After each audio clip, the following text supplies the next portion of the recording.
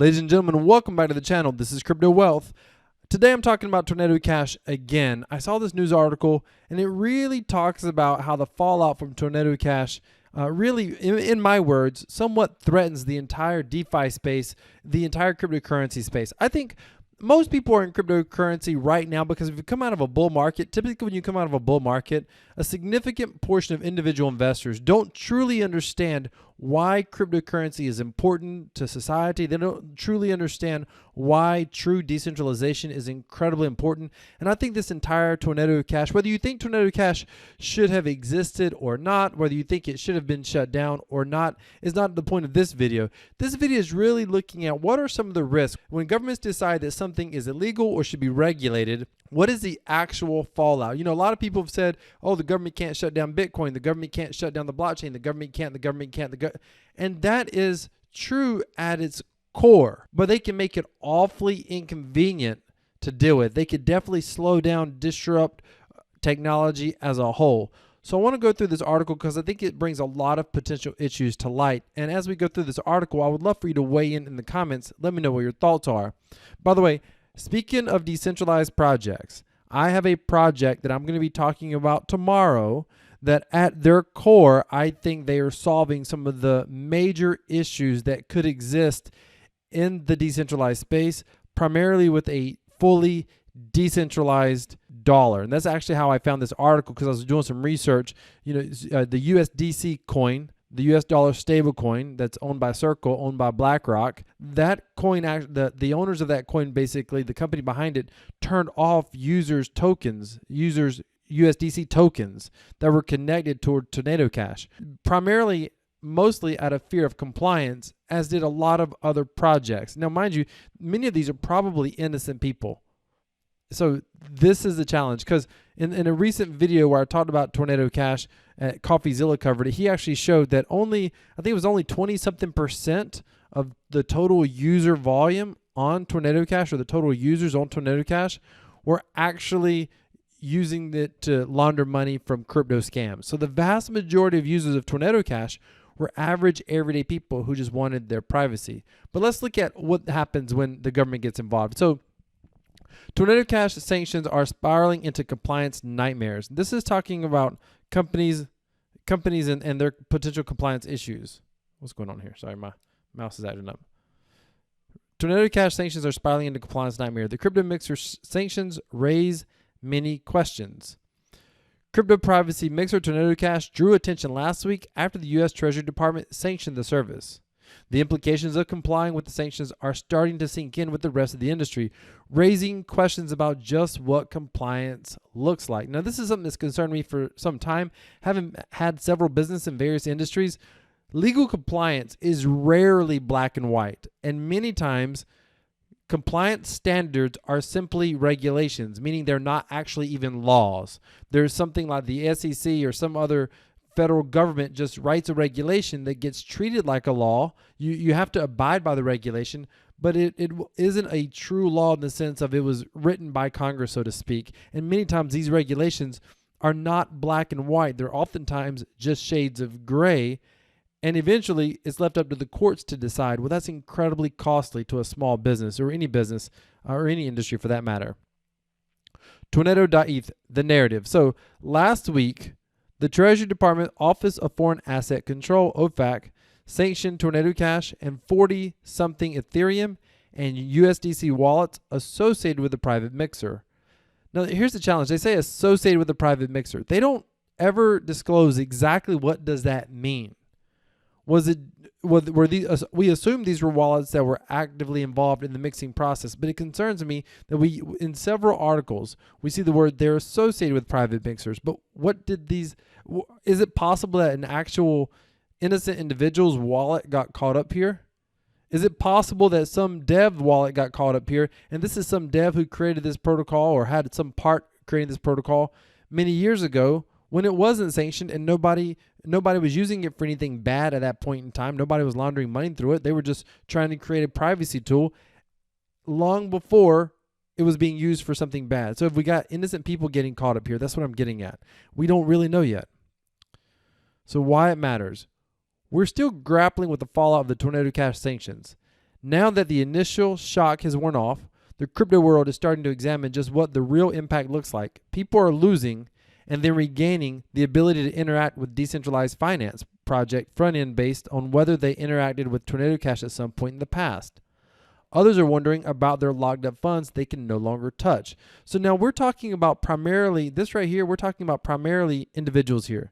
So people who have used Tornado Cash in the past. And I talked about in my previous video, I will link, there's 2 videos on my channel about Tornado Cash. One was my video where I was talking about the story as it broke. The other one was when I was looking at what CoffeeZilla said about it as well. He did a great job covering Tornado Cash, and it was my reaction to his video. I'll link both of those in the cards. I'll put them down in the description in the event that you're still behind on what happened with Tornado Cash. But right here, when they're talking about losing the ability to interact with decentralized finance, they're talking about protocols, say, for example, Uniswap. Uniswap version 1 and version 2 is fully decentralized. It's on the blockchain. It's smart contract code. It's fully decentralized. But most people access those smart contracts through the Uniswap website. Well, Uniswap is a company. So that means Uniswap is responsible to comply with government regulations. So Uniswap, and I'm just using Uniswap as an example because many people are familiar with Uniswap, but Uniswap may say, hey, we don't want to have to deal with compliance headaches. We don't want to have to deal with government regulations. We don't want our company to be stuck in a multi-year lawsuit trying to defend itself legally while our competitors could be getting ahead of us. We don't want to deal with that burden as a company. So we're just going to turn off those addresses so they can interact with the front end of our website. It doesn't mean that you can't go around the front end of the website, use some sort of mirror address. It doesn't mean that there's not another way to access a smart contract. But for most people, they interact with the smart contract through the front end of the website. So this gets interesting. Would Uniswap be seen as, I don't know, would they be seen as an association with a SDN wallet? We don't really know, and what are the implications of that? So breaking it down, I was browsing Reddit over the weekend when I came across 2 threads. One on Buttcoin poking fun at Aave's official front-end blocking addresses, and one on Ethereum from a user saying he created a mirror user interface to bypass this. This is exactly what I'm talking about. Now we've got someone saying, hey, Aave's poking, Aave's blocking on the front end. They're blocking these addresses. Meanwhile, there's a full-blown debate on Twitter about what exactly a company's obligation is. Should front ends block any and all addresses that may have ever interacted with Tornado Cash address? Or, by the way, that's crazy. They're saying have ever interacted. They're not saying those actual addresses. They're saying if they've ever interacted with an address. I mean, that could be thousands and thousands of ETH wallets. And then is another company going to say, hey, we want to go use chain analysis and go a second layer deep. We don't want to just go after the wallets that interacted with Tornado Cash, but what about the wallets that interacted with those wallets? I mean, this gets insane after a while. Should they be more specific, blocking only transactions that can be directly tied to sanctions addresses? I say yes.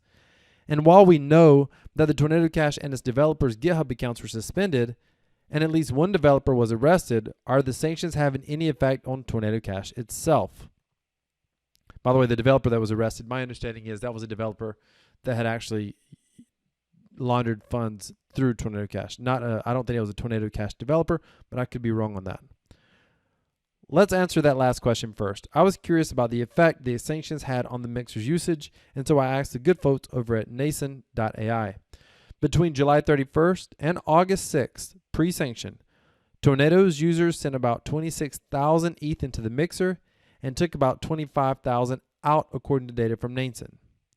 Between August 7th and August 13th, users sent in 11,000 ETH.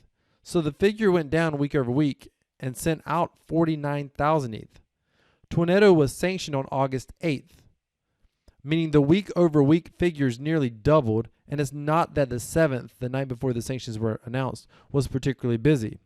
According to Nason, the inflow amount of 2,738 ETH and the outflow was about 1,400 ETH. So not a lot, relatively speaking. The outflow on August 8th was 13,000, a full order of magnitude greater than the day before. It only gets stranger. Between Sunday on at 8 o'clock and on Monday, the outflow topped 15,000. A single new wallet alone accounted for over 9,500 ETH, with someone withdrawing about 100 ETH at a time in a series of transactions spanning about 6 hours on Monday. And again, this is happening while DeFi's front end are blocking addresses, although several loosened some of the blocks later on. By the way, I find this very interesting right here. I got some guesses on who this was. In the description, a single individual who might have access to a lot of sacrificed Ethereum. Could that? I don't know. Just guessing. I have no idea. Not saying it is or it isn't. Just curious. And again, this is happening while DeFi front ends are blocking addresses, although several loosened some of those blocks later on. This kind of goes to the heart of what's happening in the whole ecosystem. The argument is that Tornado Cash is a protocol whose developers cannot control and which is able to operate autonomously, while U.S.-based entities or entities doing business in the U.S. can and should make every effort to avoid engaging with Tornado Cash addresses. It doesn't seem like anyone can easily force everyone to stop engaging with Tornado Cash right away. I want to read that again because I think it's the crux of the problem. This kind of goes to the heart of what's happening in the whole ecosystem. The argument is that Tornado Cash is a protocol whose developers cannot control and which is able to operate autonomously, meaning they can't make any changes to the protocol. It works all by itself now. While the U.S.-based entities or entities doing business in the U.S. can and should make every effort to avoid engaging with Tornado Cash addresses, it doesn't seem like anyone can easily force everyone to stop engaging with Tornado Cash right now. By the same token, those who really cannot access Tornado Cash include people in the U.S. who used Tornado Cash prior to last week for legitimate purposes. Their funds are stuck, possibly forever, unless the Treasury allows them to make withdrawals. This is crazy. I'm just curious, what would you do? I'm thinking I would figure out how to get my funds out and deal with the possible penalties later, because you can still get your funds out. In the first video I talked about, I told you I put it up in the cards, I told you how you could in fact still get your funds out of Tornado Cash. Innocent parties. This is the part that concerns me a lot, and people aren't thinking about this by and large. Miller Whitehouse Levine, policy director of the DeFi Education Fund, said he intends to ask the Treasury Department to issue some frequently asked questions that address these issues, as well as create a general license that would allow innocent parties to have used Tornado Cash to withdraw their funds. People want to be safe rather than sorry, and it's incumbent on Treasury to explain what people need to do to make sure their assets are safe, he said. Of course it's incumbent on them, but it doesn't mean that they will. And if they do, they could take their sweet time. AML CFT obligations are risk-based, he's added, referring to anti-money laundering and combating the finance of terrorism. Last week's dusting attacks perhaps highlight the importance of clarity here. I mentioned this last week and helped write CoinDesk's article on it, but if you missed it, an anonymous user sent a slew of Tornado Cash transactions to high-profile Ethereum-based addresses on Tuesday in what appears to be a troll implicating them in a potential regulatory mess. This right here is incredible and really highlights the issue again. So what happens to all those addresses? Because arguably they interacted with the protocol, whether they did it themselves or someone else basically did it for them.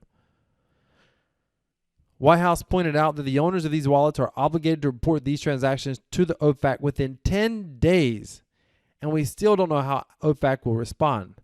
My educated guess is the Treasury won't care too much about the recipients, though the senders are another matter entirely. CoinCenter's Jerry Brito, wait a minute, could you imagine that? Could you imagine all of a sudden now you got to reach out to OFAC because someone sent funds, Ethereum, to you from Tornado Cash, and now it's the responsibility lies on you to have to to take time out of your life to get into contact with OFAC? I mean, how ridiculous. CoinCenter's Jerry Brito and Peter Van Valkenburg said in a blog post that the Americans could try to challenge the action if a general license isn't issued. One concern is that Americans' property was frozen unilaterally and without due process. Exactly. And here's the problem. when this happened, I mean, the regulators understood that this was going to be a problem, but they didn't care. And this is what, so many times I hear people say things in crypto like, that doesn't make sense, that doesn't make sense, or this isn't going to happen for that reason. And they use a lot of good logic. This freaking SDN sanction nonsense just proves how they can pass regulations that don't make sense all the time. The regulators who pass the regulations, it's not their responsibility to sort out the mess. In fact, the legal compliance mess is on the average individual citizen to deal with. Just like having to go to OFAC and reach out to them within 10 days. I mean, could you imagine having to reach out to OFAC because essentially you've interacted with an individual that was on the SDN list? A list that is normally reserved for terrorists like Osama bin Laden and Vladimir Putin? I mean, what ridiculousness. And then Americans' property was frozen unilaterally and without due process. In fact, the fact that Tornado Cash is a protocol and not an entity like Blender.io or a person raises other complications. Yes, it does. On Twitter, the Electronic Frontier Foundation, a digital rights and privacy organization, said it was concerned about the move, pointing to Tornado being an open-sourced software project. Coin Center, a crypto think tank, went a step further, saying it may file a legal challenge. I hope somebody does. By conflating the Tornado Cash entity and the Tornado Cash application and adding both to the SDN list, the government has essentially accomplished a ban on Americans using a particular internet tool without any clear prospect that the restriction will ever be lifted. The SDN list is specially designated nationals and blocked persons list, a determination made by the Treasury. Again, this isn't a congressman writing a law. This is the Treasury in one fell swoop, essentially taking a piece of software. I mean, this is the kind of, I mean, in a weird way, you could see this. This is, I don't want to overstate this, but this is the kind of thing that China does to their citizens. We're talking about a piece of open source software. Listen, the government could have said, if you're ever caught using Tornado Cash in a way to launder money, if you've ever been caught, governments can figure out people's wallets if they track them far enough. I mean, all you've got to do is do audits on create some clear defined cryptocurrency rules, which are not clear. And I mean, they're clear if you're buying crypto and selling crypto just as a trader. But you start investing in the decentralized space, you start owning NFTs, the tax laws have not even begun to catch up. But if you just create clear tax laws and enforce those tax laws, you're going to catch money launderers the same way that they've always caught money launderers in history. When you exchange dollars at the local store, there's nobody tracking that. That is a private transaction. There's no electronic record of that. The whole purpose of cryptocurrency is to be able to create an electronic record. This record will, in fact, make it easier to be able to track transactions, to be able to catch money launderers in the long run. Of course, I said the long run. In the short term, you can kind of get away with stuff, but in the long run, it's going to bite you. In the long run, you can get away with cheating. In the short run, you can get away with cheating on your taxes. You can't cheat on your taxes forever. All right, Biden's rule. Let's see what else. Okay, that pretty much sums it up, ladies and gentlemen. I would love to know your thoughts, because this article really just talks about some of the fallout. And I think this is going to have, whether you like Tornado Cash or not, I told somebody a long time ago, you got to be very careful when you want your government to create rules and laws that you agree with and that others don't agree with. Rules and laws that take away someone else's liberty because you don't believe that they should have that liberty, or you don't believe that liberty is necessary. And by the way, that liberty could be the right to smoke, for example. You got to be very careful when you ask government to take away someone else's laws, or you want government to take away someone else's rights in some way, or even curtail their rights. Because one day, you're going to have to defend that very government. You're going to have to defend your rights, your liberties against that very government. But when someone else wants to see your liberties potentially taken away. And hey, who knows? Maybe I'm looking at this wrong. Maybe I'm taking this entirely too serious. Again, let me know your thoughts down in the comments. Ladies and gentlemen, thank you so much for being here. I believe this is an incredible time to be a part of cryptocurrency. We are literally watching the future unfold in front of us. These are the steps that are necessary on the path towards mass adoption. And whether the government chooses to embrace cryptocurrency or not, in the long run, this is a technology about freedom and independence, economic freedom, financial independence. And I genuinely believe in the long run, this decentralized technology will prevail. Those of us that are here early, those of us that are pioneers, we get to watch history right before our eyes. It is exciting times. Hey, don't forget, I got a video coming out tomorrow on a decentralized project that I think truly, I believe this one project, if it does not reshape the future of finance, some of the components of this project will reshape the future of finance. So make certain you're subscribed to the channel, click that bell notification icon, and click all. You're not going to want to miss this video. Ladies and gentlemen, this is Crypto Wealth. I'm out.